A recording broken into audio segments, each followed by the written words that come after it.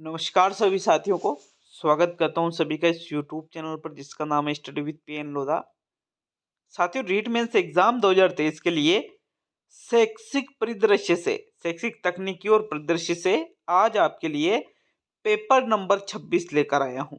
देखिएगा, मैंने पहले ही अनाउंस कर रखा है कि टोटल यहाँ पर आपको शैक्षिक परिदृश्य के अंतर्गत जो भी आपके टॉपिक आते हैं, जैसे अगर हम बात करें तो चाहे आपके शैक्षिक नवाचार की बात की जाए या फिर हम बात करें शैक्षिक तकनीकी की या फिर आरटी 2009 की या फिर बात करें आरटी 2011 की या एसएमसी की बात करें या फिर जो निजी जो विद्यालय है उसमें निशुल्क सीट पर जो प्रवेश देते हैं उसकी बात करें, चाहे आप बात करो जन कल्याणकारी योजनाओं की या फ्लैगशिप योजनाओं की, इन सभी टॉपिक से ये चीजें आपको करवाई जा रही है। तो बिल्कुल इस 30 टेस्ट की सीरीज में आज हम पेपर नंबर 26 को हल करने वाले हैं।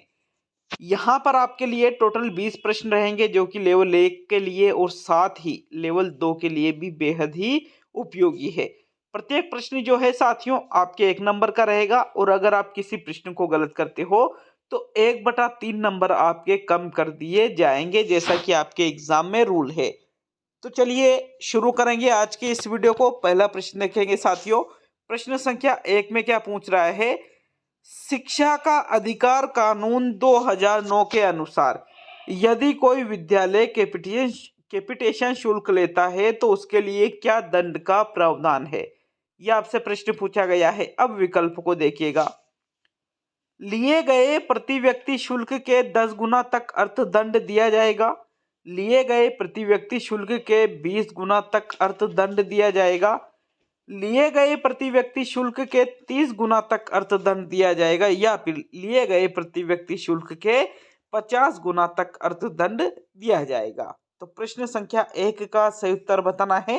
और साथियों, पहले प्रश्न में जो सही उत्तर है, देखिए, अगर कोई बालक 25% जो सीट होती है निजी विद्यालय में उस पर निजी विद्यालय में अगर निशुल्क प्रवेश लेता है तो अगर उस निशुल्क प्रवेश पर उस विद्यालय के द्वारा कोई किसी भी प्रकार का शुल्क लिया जाता है तो ये आरटी कानून 2009 क्या कहता है कि जितना पैसा लिया है उसका 10 गुना, अगर 100 रुपए उस बच्चे से लिए तो 1000 रुपये आपको दंड देना होगा। 1000 रुपए लिए तो 10,000 देना होगा। 10,000 दिए हैं तो कम से कम 1,00,000 रुपए आपको देना होगा साथियों, या फिर न्यूनतम 25,000। तो इस प्रकार इसका कुछ प्रावधान है। विकल्प 1 आपके प्रश्न संख्या 1 का सही आंसर है। प्रश्न संख्या 2 की ओर बढ़ेंगे साथियों। दूसरा प्रश्न देखते हैं। प्रश्न नंबर 2 में क्या पूछ रहा है? राष्ट्रीय शिक्षा नीति 2020 के अनुसार किस कक्षा तक बस्ता अनिवार्य नहीं होगा? प्री प्राइमरी, प्राइमरी, मिडिल और सेकेंडरी। तो प्रश्न नंबर 2 का सही उत्तर बताइएगा। दूसरे प्रश्न में कौन सा आंसर आपका रहेगा? देखिए, एनईपी 2020 क्या कहती है कि जो प्री प्राइमरी लेवल होता है बच्चों का, कौन सा साथियों? प्री प्राइमरी जो लेवल होता है, इस पर बालकों को बस्ता लाने की कोई जरूरत नहीं है, ठीक है ना। कौन से स्तर पर? प्री प्राइमरी स्तर पर। तो विकल्प नंबर आपका जो 1 है प्रश्न संख्या 2 का सही उत्तर है। प्रश्न नंबर 3 की ओर बढ़ेंगे साथियों। तीसरा प्रश्न देखेंगे। स्कूल प्रबंधन समिति का साधारणतः कार्यकाल होता है 1 वर्ष, 2 वर्ष, 3 वर्ष और 4 वर्ष। तो प्रश्न नंबर 3 का सही उत्तर बताइएगा। जो एसएमसी होती है, विद्यालय प्रबंधन समिति, इसका कार्यकाल कितने वर्ष होता है? 1 वर्ष, 2, 3 या 4 वर्ष? तो प्रश्न संख्या 3 का सही आंसर देखें तो जो स्कूल प्रबंधन समिति या विद्यालय प्रबंधन समिति जो होती है साथियों, साधारणतः इसका कार्यकाल 2 वर्ष का होता है। कितना वर्ष का होता है? 2 वर्ष का। सेकंड विकल्प आपके तीसरे प्रश्न का सही उत्तर है साथियों। प्रश्न नंबर 4 है आपके। शिक्षा के अधिकार अधिनियम 2009 के मानकों के अनुसार प्राथमिक स्तर मतलब कक्षा 1 से 5 तक के 200 छात्रों के लिए शिक्षकों की संख्या होगी। 4 होगी, 5 होगी, 6 होगी या 7 होगी? प्रश्न नंबर 4 का सही उत्तर बताइएगा। देखिए, प्रश्न नंबर 4 का अगर हम सही आंसर देखें तो जो शिक्षा के अधिकार अधिनियम है 2009, अब ये कह रहा है कि इसके मान और मानक, तो इसके मान और मानक मैंने आपको पढ़ा रखे हैं और इसमें जो प्राथमिक स्तर का मतलब किससे लिया जाता है, कक्षा 1 से 5 तक से लिया जाता है साथियों। 200 छात्र यदि प्राथमिक स्तर के विद्यालय में हैं तो वहां पर न्यूनतम शिक्षकों की संख्या कितनी होगी साथियों, 6 होगी। कितनी होगी, 6 होगी। विकल्प नंबर आपका 3 चौथे प्रश्न का सही उत्तर होगा। प्रश्न संख्या 5 की ओर बढ़ते हैं। पांचवा प्रश्न देख लेते हैं। आपके प्रश्न नंबर 5 में क्या है, राष्ट्रीय शिक्षा नीति 2020 में सामान्य अध्यापक विद्यार्थी अनुपात क्या निर्धारित किया गया है? 1:40, 1:45, 1:35 और 1:30। तो एनईपी 2020 के अंतर्गत सामान्य अध्यापक मतलब कोई सब एक अध्यापक है, उस पर विद्यार्थी अनुपात मतलब एक अध्यापक पर न्यूनतम कितने विद्यार्थी यहाँ पर निर्धारित किए गए हैं। प्रश्न 5 में विकल्पों को देखिएगा, 1:40, 1:45, 1:35 और 1:30। तो प्रश्न 5 में कौन सा विकल्प सही रहेगा? देखिए एनईपी 2020 के अनुसार अगर हम बात करें तो सामान्यतः एक अध्यापक पर 30 विद्यार्थी इसमें निर्धारित किए गए। कितने? एक अध्यापक पर 30 विद्यार्थी। विकल्प नंबर 4 आपके प्रश्न नंबर 5 का सही आंसर है साथियों। प्रश्न संख्या 6 की ओर बढ़ेंगे। देखिएगा अब बहुत ही कम समय आपके पास बचा है और निश्चित रूप से ऐप पर जो कोर्स चलाया जा रहा है आने वाले 1 महीने में आप देख सकते हो आने वाले, ठीक है ना। जैसे अभी आपके आज 15/12/2022 से, तो 15/1/2023 को आप स्टडी विद पीएन लोधा जो एप्लीकेशन है 149 वाला जो कोर्स है लगभग इसको मैं समाप्त कर दूंगा साथियों। लगभग ठीक है ना। जो आने वाली 15 जनवरी है यहाँ तक आपके इसमें टोटल जो सिलेबस है उसको मैं कंप्लीट करवाने वाला हूँ, टोटल सिलेबस को। तो उसके लिए आप बिल्कुल निश्चिंत रहिएगा।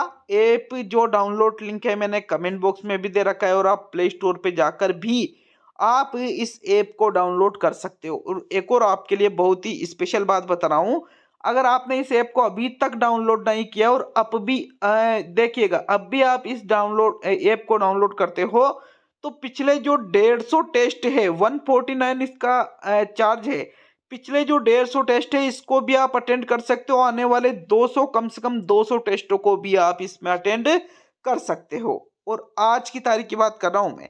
देखिएगा प्रश्न नंबर 6 है, असत्य विकल्प का चयन कीजिएगा।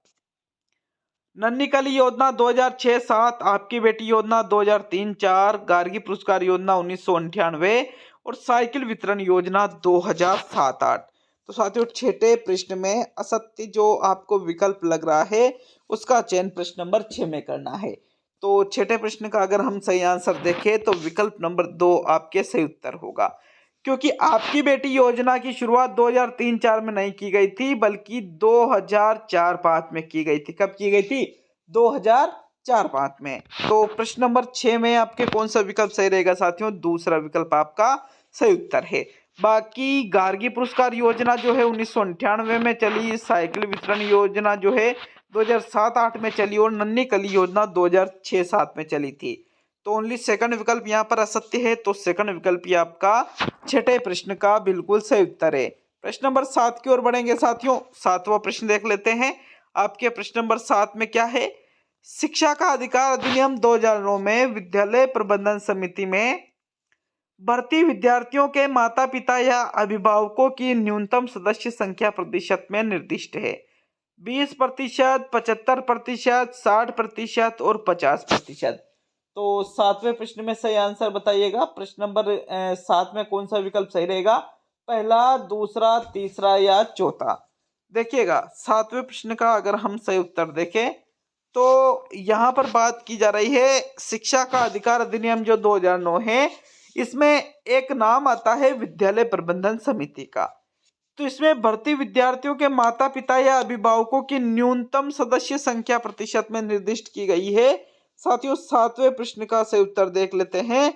तो प्रश्न नंबर 7 में कौन सा आंसर आपका सही रहेगा? विकल्प नंबर 2। यहाँ पर माता पिता मतलब अभिभावक कम से कम 75% इसमें होना ही चाहिए। सेकंड विकल्प आपके 7वें प्रश्न का सही उत्तर है। प्रश्न संख्या 8 की ओर बढ़ते हैं। देखिएगा प्रश्न नंबर 8 को 8वें प्रश्न में क्या है, राष्ट्रीय शिक्षा नीति 2020 को कैबिनेट ने कब मंजूरी दी थी? 29 अगस्त 2021 को, 29 जुलाई 2021 को, 1 जनवरी 2020 को और 15 अगस्त 2020 को। तो प्रश्न 8 का सही उत्तर बताइएगा। राष्ट्रीय शिक्षा नीति 2020 को कैबिनेट के द्वारा जब मंजूरी दी गई थी वो सन, डेट और महीना यहाँ पर आपको प्रश्न संख्या 8 में बताना है। मित्रों 8वें प्रश्न का सही आंसर देखें तो राष्ट्रीय शिक्षा नीति 2020 को कैबिनेट के द्वारा कब मंजूरी दी गई थी? 29 जुलाई 2021 को। कब? 29 जुलाई 2021 को। सेकंड विकल्प 8वें प्रश्न का सही उत्तर है। प्रश्न संख्या 9 की ओर बढ़ेंगे साथियों। 9वें प्रश्न में क्या पूछ रहा है? बालिका शिक्षा फाउंडेशन का कार्य क्षेत्र है उच्च प्राथमिक शिक्षा, माध्यमिक शिक्षा, कॉलेज शिक्षा और प्राथमिक शिक्षा। तो प्रश्न संख्या 9 का सही उत्तर बताइएगा। बालिका शिक्षा फाउंडेशन की बात की जा रही है और बालिका शिक्षा फाउंडेशन का जो कार्य क्षेत्र है वो इनमें से कौन सा है? क्या बालिका शिक्षा फाउंडेशन प्राथमिक शिक्षा पे काम करती है? तो जी नहीं, ये आपका आंसर है। ये आपका आंसर है क्या? ये आपका आंसर नहीं है।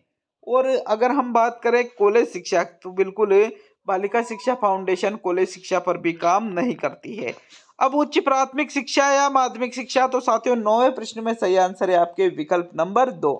बालिका शिक्षा फाउंडेशन जो है ये माध्यमिक शिक्षा पर कार्य करती है। तो सेकंड विकल्प आपके 9वें प्रश्न का सही उत्तर है। प्रश्न संख्या 10 की ओर बढ़ेंगे साथियों। 10वें प्रश्न में क्या पूछा जा रहा है देख लेते हैं आपके प्रश्न नंबर 10 को। शिक्षा का अधिकार अधिनियम 2009 की कौन सी धारा यह दर्शाती है कि प्रत्येक माता पिता या संरक्षक का यह कर्तव्य होगा कि वह आसपास के विद्यालय में प्रारंभिक शिक्षा के लिए अपनी संतानों को प्रवेश दिलवाएं? अब यह आपसे प्रश्न पूछ रहा है। विकल्प है साथियों आपके सामने। धारा नंबर 3 है, धारा नंबर 7 है, धारा नंबर 10 है या धारा नंबर 15 है।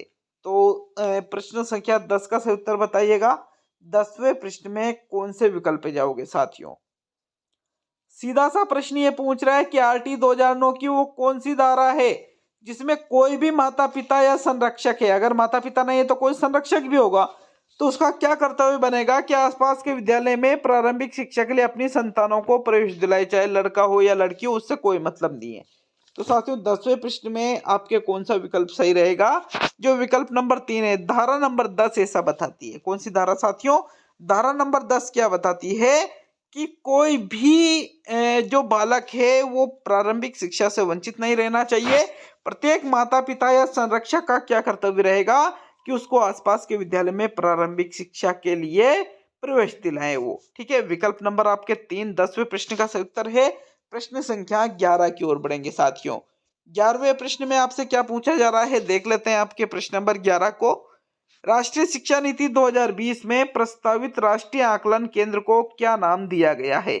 निखार, दीक्षा, दिशा और परख। तो साथियों 11वें प्रश्न का कौन सा विकल्प चुनोगे? देखो प्रश्न नंबर 11 में सही आंसर देख लेते हैं। तो राष्ट्रीय शिक्षा नीति 2020 में जो प्रस्तावित राष्ट्रीय आकलन केंद्र है इसको नाम दिया गया है परख। क्या नाम दिया गया है? परख नाम दिया गया है। विकल्प नंबर 4 आपके प्रश्न संख्या 11 का सही उत्तर है साथियों। प्रश्न नंबर 12 की ओर बढ़ते हैं, देख लेते हैं आपके प्रश्न नंबर 12 को। 12वें प्रश्न में क्या पूछ रहा है? बालिका शिक्षा फाउंडेशन द्वारा संचालित योजना कौन सी है? गार्गी पुरस्कार योजना है, आपकी बेटी योजना है, मुख्यमंत्री हमारी बेटी योजना है और इनमें से सभी। तो 12वें प्रश्न में बताओ कौन से विकल्प का चुनाव करोगे साथियों? देखो बालिका शिक्षा फाउंडेशन के द्वारा गार्गी पुरस्कार योजना जो है ये भी बालिका शिक्षा फाउंडेशन के द्वारा संचालित की जाती है। ठीक है, आपकी बेटी योजना भी बालिका शिक्षा फाउंडेशन द्वारा संचालित की जाती है और मुख्यमंत्री हमारी बेटी योजना भी बालिका शिक्षा फाउंडेशन के द्वारा ही संचालित की जाती है। तो पहला, दूसरा, तीसरा तो सही है, लेकिन यहाँ पर बात की जा रही है चौथे विकल्प में इनमें से सभी। तो फिर हम कौन से विकल्प पे जाएंगे साथियों? चौथे विकल्प पे जाएंगे। 12वें प्रश्न में आपके फोर्थ विकल्प सही है। प्रश्न संख्या 13 की ओर बढ़ते हैं। 13वां प्रश्न में क्या है आपके? निशक्त बच्चों के लिए समेकित शिक्षा की केंद्रीय प्रायोजित योजना का उद्देश्य है रिक्त स्थान में निशक्त बच्चों को शैक्षिक अवसर उपलब्ध कराना, मुक्त विद्यालयों में ब्लाइंड रिलीफ एसोसिएशन के विद्यालयों में, नियमित विद्यालयों में और विशेष विद्यालयों में। तो साथियों प्रश्न नंबर 13 में कौन से विकल्प का चुनाव करोगे? देखो 13वें प्रश्न में पहला, दूसरा, तीसरा या चौथा विकल्प। सही आंसर देख लेते हैं प्रश्न नंबर 13 का। साथियों 13वें प्रश्न का सही उत्तर है आपके विकल्प नंबर 3। तीसरा विकल्प सही है साथियों। क्यों? क्योंकि ये कह रहा है, यहाँ पर आपने एक नाम सुना होगा समावेशी शिक्षा का। समावेशी शिक्षा क्या कहती है? बिना किसी भेदभाव के सभी बच्चों को एक ही छत के नीचे एक ही साथ शिक्षा प्रदान करना।